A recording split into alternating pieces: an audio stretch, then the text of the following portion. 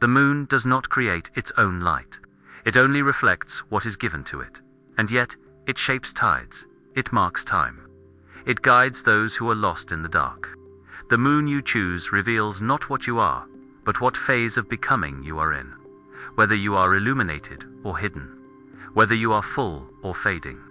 Whether you are at peace with the darkness or still fighting to remain bright. Today, we invite you to choose. Not the moon you wish you were, but the moon you recognize as yours. Before you are 3 moons, a full silver moon, luminous and complete. A blood-red crescent, sharp and intense, and a dark new moon, invisible against the night sky. Do not choose what looks most beautiful. Do not select what seems most spiritual or evolved. Do not pick the moon you think represents where you should be. Instead, feel which moon is yours, right now. Which phase you are living. Which light or absence of light reflects the truth of this moment in your becoming. Alan Watts once said that the only Zen you find on the tops of mountains is the Zen you bring up there. So choose the moon that reflects the phase you are actually in, not the phase you are pretending to inhabit. Your choice is made. Now let us see what it reveals about the light you carry and the darkness you are. Learning to hold. If you chose the full silver moon, you are at your peak, and you know it will not last. You are in the phase of fullness, of clarity, of everything coming together in a way that feels almost magical. You have worked toward this, you have grown through the dark phases, and now you are here bright, visible, complete. The full moon is the moment when everything you have been cultivating is finally illuminated. This is your power. You are not hiding. You are not diminishing yourself. You stand in your fullness without apology, radiating light that others are drawn to. You have arrived at a place where you can finally see clearly, where the path is visible, where you understand what you are doing and why. People come to you during this phase because you have light to share. You are the full moon, the one who illuminates not just yourself, but everyone around you. You offer clarity when others are confused, direction when others are lost. You are the lighthouse in their darkness. And you know, deep in your bones, that this fullness is temporary. That the moon does not stay full. That this phase, like all phases, will pass. And that knowing makes the light both more beautiful and more fragile. But the full silver moon carries a terror that lives in the brightness. Because when you are full, you have nowhere to go but into waning. When you are at your peak, every moment after is a descent. When you are this visible, this bright, this exposed, you know that everyone is watching, and they will watch you fade. You tell yourself to enjoy the fullness, to be present in the light. But beneath the brightness is the anxiety of impermanence. The fear that this clarity will not last, that the light will dim, that you will return to the darkness you emerged from, and this time you will remember what it felt like to be full, and the memory will make the darkness unbearable. The full moon is the loneliest phase. Everyone sees you. Everyone wants your light. But no one sees that you are terrified of losing it, that you are already grieving the waning that you know is coming. That beneath the silver surface is the exhaustion of maintaining fullness in a world that constantly demands your light. You are afraid to rest because resting feels like fading. You are afraid to stop shining because not shining feels like disappearing. And so you stay full, stay bright, stay visible. Even as the effort of maintaining the light is slowly hollowing you out from the inside. Watts would ask you, what if the waning is not loss? What if the darkness is not failure? What if the full moon is not meant to stay full, but to teach you that light and dark are phases of the same cycle, and neither defines you?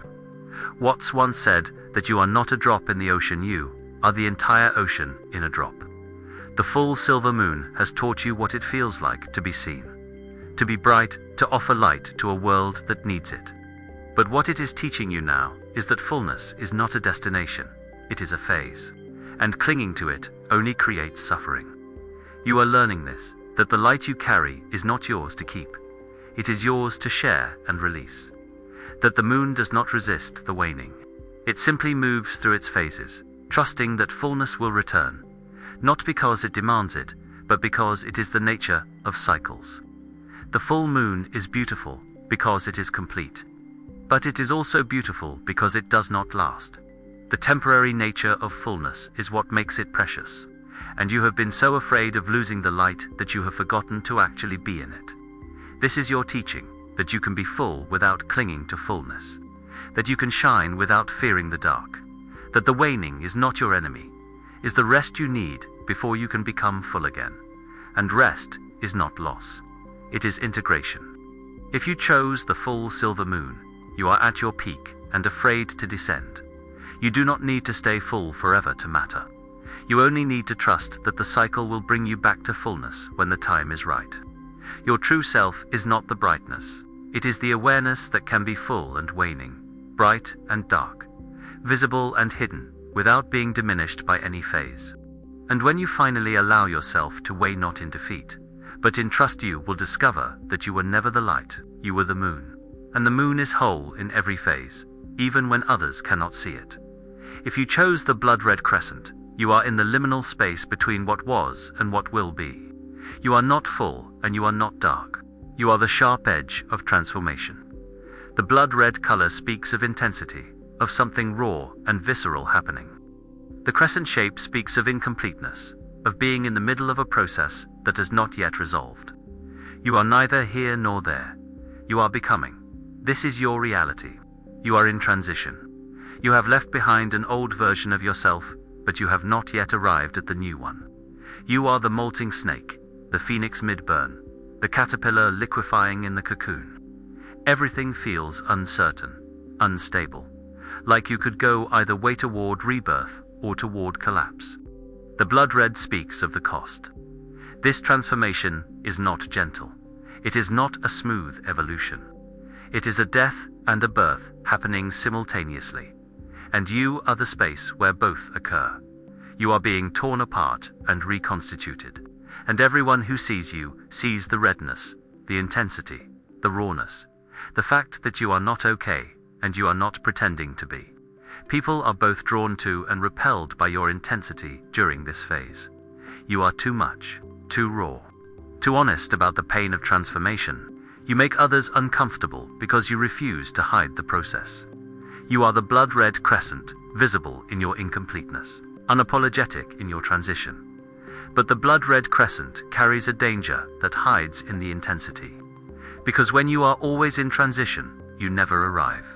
When everything is intense, nothing is sustainable. When you are perpetually in the middle of transformation, you can forget that transformation is meant to complete, that the crescent is meant to become full, that the intensity is meant to resolve. You have made an identity out of being in transition, out of being the one who is always becoming, always changing, always in the painful middle space. And you tell yourself, this is growth, this is evolution, this is what it means to be alive. But Watts would ask, is it growth or is it avoidance? Are you transforming or are you just refusing to land? The blood-red crescent is dramatic. It is visible. It announces that something significant is happening, and you have become addicted to the significance, to the intensity, to the feeling that your life is a constant metamorphosis. Because if you are always transforming, you never have to face the vulnerability of being complete, of being done, of being just a person, living a life without the drama of constant change. The transition has become your comfort zone. The liminality has become your home, and you are terrified to move toward fullness or darkness because both require you to stop being in crisis, to stop being interesting, to stop being the phoenix and just be the bird. Watts taught that the only way to make sense out of change is to plunge into it, move with it, and join the dance. The blood-red crescent has taught you that transformation is real, that change is not comfortable, that becoming requires the death of what was. But what it is teaching you now is that transformation is not meant to be permanent, that the crescent is a phase, not a lifestyle, that you are meant to move through it, not set up residence in it. You are learning this, that intensity is valuable, but it is not sustainable, that transition is necessary, but it is not an identity, that the blood-red crescent is powerful because it is moving toward something either fullness or darkness, and the movement is what gives it meaning. The crescent is sharp because it is the edge between light and dark. But edges are not places to live. They are places to cross. And you have been standing on the edge for so long that you have forgotten there is solid ground on either side. This is your teaching, that you can honor the transition without romanticizing it. That you can acknowledge the intensity without making it into a performance. That the most courageous thing you can do is not to stay in transformation forever, is to complete the transformation and discover who you are on the other side. If you chose the blood-red crescent, you are in the fire of becoming. You do not need to stay in crisis to be interesting. You only need to trust that the transformation you are in has a purpose, and that purpose is to move you toward resolution, not to keep you in permanent flux. Your true self is not the transition. It is the awareness that can be in transition and completion, intensity and peace, raw and refined. And when you finally allow the crescent to complete its journey toward full or toward dark, it does not matter, you will discover that you are never defined by the transformation. You are only learning what it feels like to change. And now that you know, you are free to become. If you chose the dark new moon, you are in the void, and you have stopped fighting it. The new moon is invisible. It is there, but no one can see it. It is the phase of rest, of withdrawal, of being so deep in the darkness that even you cannot see your own outline. You are not waning, you are not waxing. You are in the space between, where nothing is visible and everything is possible. This is your truth. You are in the dark, not the comfortable dark of nighttime, but the void dark of not knowing, of not being, of having released what was, and not yet knowing what will come.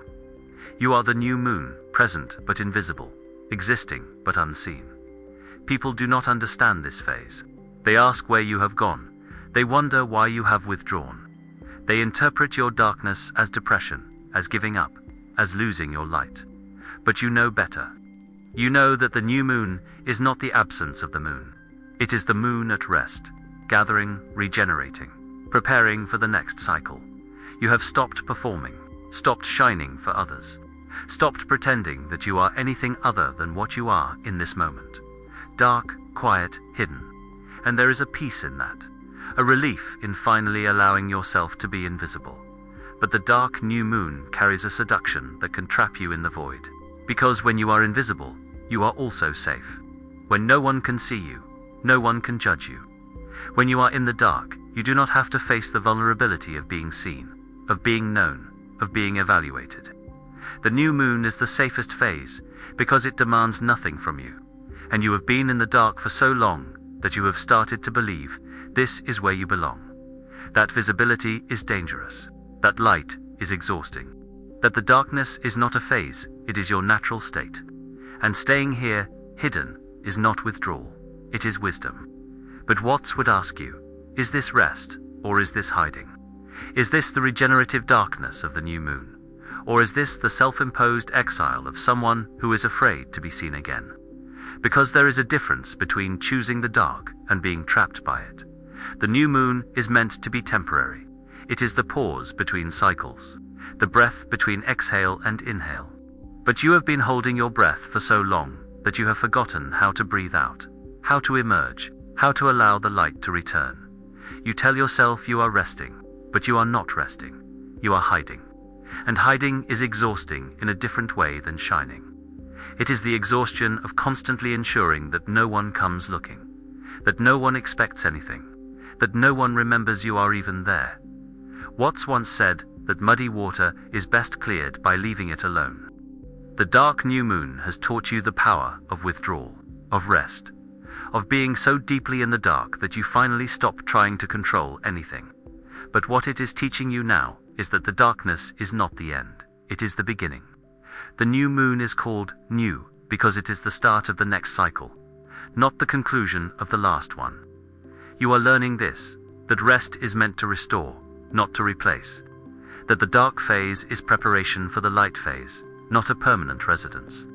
That you can honor the darkness without being imprisoned by it. That the new moon does not stay new, it begins to wax. And waxing is not betraying the darkness, it is fulfilling it. The new moon is invisible, but it is not absent. It is still there, still orbiting, still affecting the tides, even though no one can see it. And you are still here, still affecting the world, even though you have withdrawn. But the world needs you visible eventually. Not because visibility is superior to darkness, but because the cycle is meant to complete. This is your teaching, that you can rest without disappearing, that you can be dark without being lost, that the new moon is powerful precisely because it knows that darkness is temporary, that light will return, and when it does, you will be ready. If you chose the dark new moon, you are in the void between cycles. You do not need to force the light to return. You only need to stop using darkness as a hiding place, to recognize that rest is meant to prepare you for emergence, not to prevent it. Your true self is not the darkness. It is the awareness that can be dark and light, hidden and visible, at rest and in motion. And when you finally allow the new moon to begin its wax, not because you are ready, but because it is time, you will discover that you were never lost in the dark. You were only preparing for the next phase of your becoming. And the becoming is what you have always been. The moon does not choose its phase. It simply moves through the cycle. Full, waning, new, waxing. Light, transition, dark, return. And it does not resist any of it. Carl Jung understood that we are drawn to the phase we are in, whether we acknowledge it or not. The full moon calls to those who are bright and afraid to fade. The blood-red crescent calls to those who are in the fire of transformation. The dark new moon calls to those who are resting, or hiding, or both. But Alan Watts would remind you, you are not the moon. You are not the phase. You are the awareness that witnesses every phase without being diminished by any of them. The full moon teaches you that light is temporary. The crescent teaches you that transition is necessary. The new moon teaches you that darkness is not death, it is preparation. But you are none of these. You are the space in which all phases appear. The consciousness that remains constant whether the moon is bright or dark, full or hidden. The test was never about which moon you chose. It was about recognizing that you are not bound by the phase you are in. You are the entire cycle. And the cycle is always complete, even when it appears broken. So what now? Perhaps you recognized yourself in the moon you chose. Perhaps you saw the phase you are living. Perhaps you felt relief or discomfort, or both, because the moon revealed where you actually are, not where you wish you were. All of this is the recognition. You are not here to find the right moon. You are here to accept the phase you are in, to stop resisting the fullness or the transition or the darkness, to trust that every phase serves the cycle, that nothing is wrong with where you are. Today, you chose one moon. Tomorrow, you may be in a different phase. Not because you failed at the first one, but because phases are meant to change. Because the full becomes crescent, becomes dark, becomes crescent, becomes full again. And all of it is necessary. Do not make the moon your identity. Do not use the phase to explain why you cannot move. Let it show you where you are, and then trust the cycle to take you where you need to go. Because the truth is, you are not the full moon, not the blood-red crescent, not the dark new moon. You are the constant presence that moves through every phase, the awareness that can be bright and dark, visible and hidden, complete and incomplete, without ever being less than whole, and that wholeness does not depend on the phase. It is what makes all phases possible. Alan Watts once said, "The only way to make sense out of change is to plunge into it, move with it, and join the dance." Today, you chose a moon. But the moon was not the point. The point was to see what phase you are in, what light you are carrying or not carrying, what darkness you are resisting or embracing. The moon revealed where you are in the cycle, but it cannot define what you are, because what you are is not any single phase. You are the entire cycle. You are the movement itself, so be full when fullness comes. Be in transition when change arrives. Be dark when darkness is needed, and trust that every phase is taking you exactly where you need to go. You are not the moon. You are what makes the moon visible. The awareness that can witness light and dark without being diminished by either, and that awareness is already whole. It always has been. It is only waiting for you to notice. If something in this reflection illuminated you or met you in the dark, if you recognized the moon phase you are in, we invite you to share it in the comments below. Not to explain where you should be, not to justify where you are, but simply to acknowledge the phase you are living. To witness and be witnessed by others who are also learning to trust the cycle. Each comment is a recognition of phase. Each share is an acceptance of where you are. And together, we create the space where all phases are honored: the bright, the transitioning, the dark. There are more reflections waiting, more symbols, more invitations to see yourself clearly in whatever phase you are in. Stay. Not because you need to reach a different phase, but because something in you recognizes that every phase is home. And until we meet again, remember this: you are not the moon, you are not the phase. You are the awareness that moves through every cycle without ever being diminished. And that awareness is already complete. In every phase, in all light, in all darkness. See you in the next reflection.